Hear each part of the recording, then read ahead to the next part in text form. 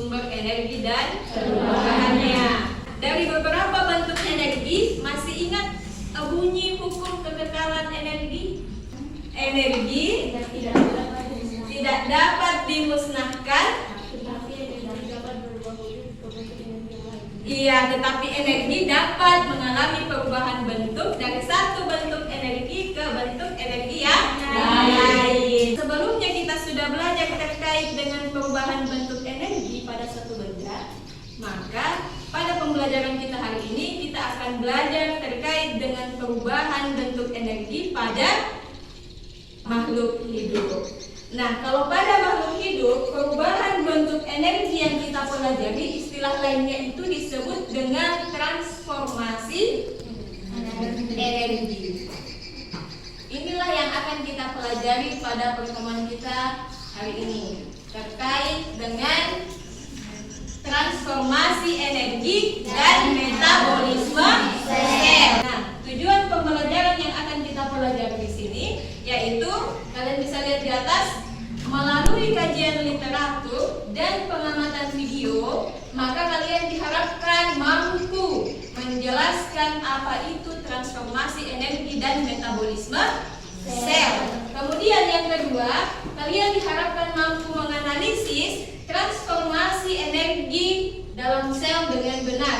Yang ketiga, kalian harus mampu menganalisis proses metabolisme sel. Dan yang terakhir, kalian harus mampu menyajikan hasil karya dalam bentuk mind mapping tentang transformasi energi dan metabolisme sel. Nah, untuk mencapai keempat tujuan pembelajaran tersebut, maka kita akan melakukan proses kegiatan pembelajaran pada hari ini.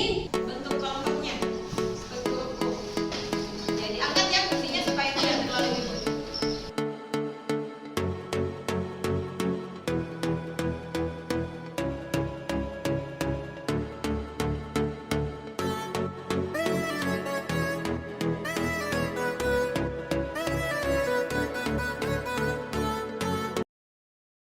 Perhatikan gambar di atas. Gambar apa itu? Wortel. Wortel. Untuk gambar pertama, gambar kedua? Mana ada yang makan wortel? Gambar ketiga? Yang makan wortel. Dari ketiga gambar tersebut ada tidak kaitannya dengan pembelajaran kita hari ini? Ada. Kita buat satu rumusan masalah, ya. Identifikasikan masalah gambar di atas dan kaitkan dengan tujuan pembelajaran kita hari ini. Bisa? Nah, oke, silakan ditulis.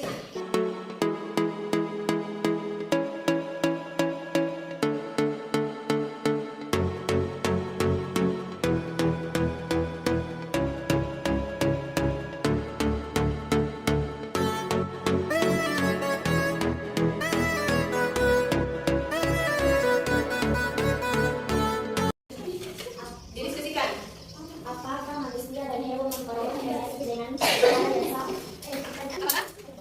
Manusia dan hewan Memperoleh energi memperoleh energi dengan cara yang sama. Kemudian yang kedua, kelompok 2. Ya, oke. Coba dibaca. Bagaimana wortel memperoleh makanannya? Bagaimana wortel memperoleh makanannya? Ya, oke. Kalian amati dulu video ini, kemudian sambil diamati videonya, usahakan kalian ini ya, perhatikan LKPD-nya. Apa hal yang harus kalian temukan dalam video tersebut? Transformasi energi dan metabolisme di dalam sel. Transformasi energi dalam sel.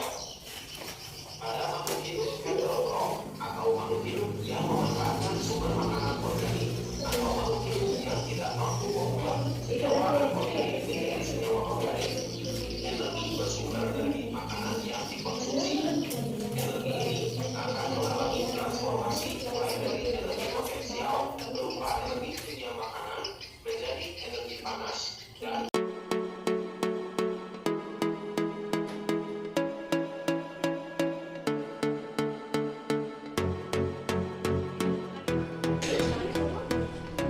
Jadi silakan diskusikan di mana yang masuk ke dalam ini. Tapi apa? Buat LKPD-nya. Sudah.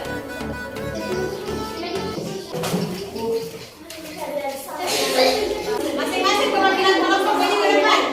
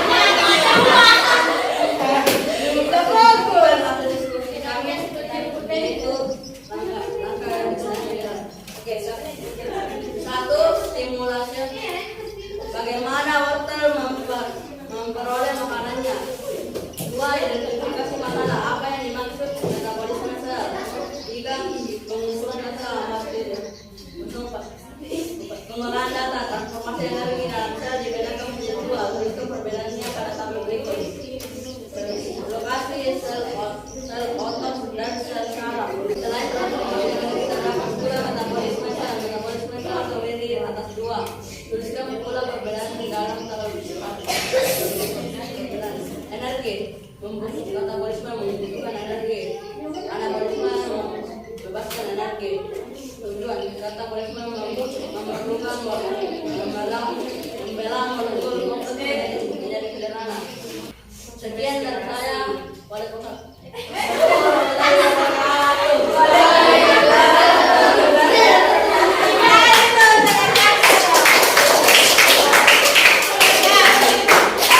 Ada yang mau ditanyakan atau ditanggapi?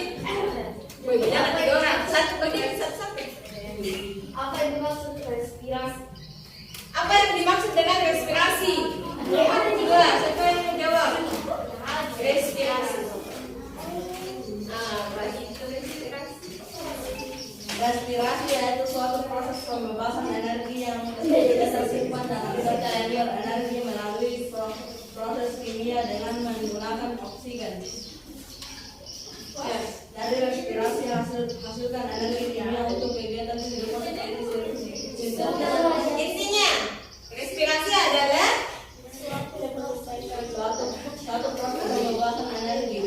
suatu proses pembebasan energi. Mana kemana bagaimana kelompoknya Dila? Iya, paham Din? Paham. Oke, kalau begitu kita buktikan sebentar ya. Sekarang buka evaluasi yang diberikan. Sistemnya begini, cuma satu perwakilan yang naik, kemudian yang dua ini akan berebutan menjawab. Nah, kalau sudah ada yang duluan menjawab, ibu mau tanya apakah akan lanjut main atau lempar ke kelompok yang lain. Oke, silakan maju. Tepuk semangat.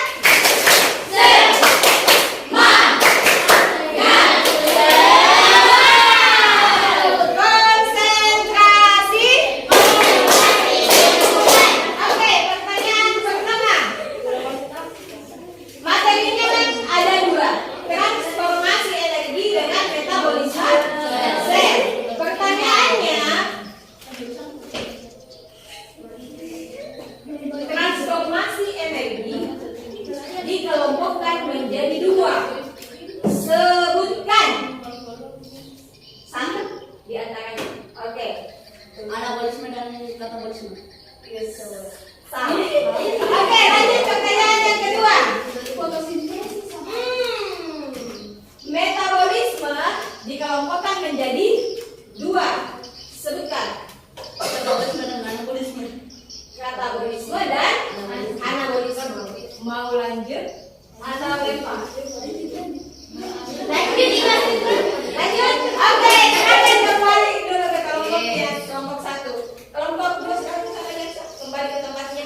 Mau lanjut toh? Sekarang dijawab. Yang lain dengar ya. Kelompok satu. Pertanyaan terkait dengan metabolisme sel. Metabolisme sel dibedakan menjadi dua. Ada anabolisme dan ada katabolisme. Pertanyaannya, yang mana yang merupakan proses pembentukan senyawa sederhana menjadi senyawa kompleks? Anabolisme. Anabolisme. Oke, betul ya? Sudah dapat 2 poin. Kemudian pertanyaan selanjutnya. Contoh dari anabolisme seperti Fotosintesis. fotosintesis. Oke. Metabolisme itu adalah proses penguraian senyawa kompleks menjadi senyawa sederhana. Contohnya, bernafas. Istilah lainnya adalah respirasi. Oke, betul. Sisa satu pertanyaan. Persamaan kimia dari proses fotosintesis. Air H2O. Air H2O. atau H2O Karbon dioksida. ditambah dengan karbon dioksida atau CO2 menghasilkan oksigen atau O2 dan menghasilkan senyawa glukosa atau C6H12O. Nah, betul, tentang dulu. Kita sudah belajar terkait dengan transformasi energi dan metabolisme sel. Transformasi energi itu adalah perubahan energi. Ya, istilah lain gini nah transformasi energi. Perubahan energi dari satu bentuk energi ke bentuk energi yang lain. Transformasi energi dikelompokkan menjadi dua.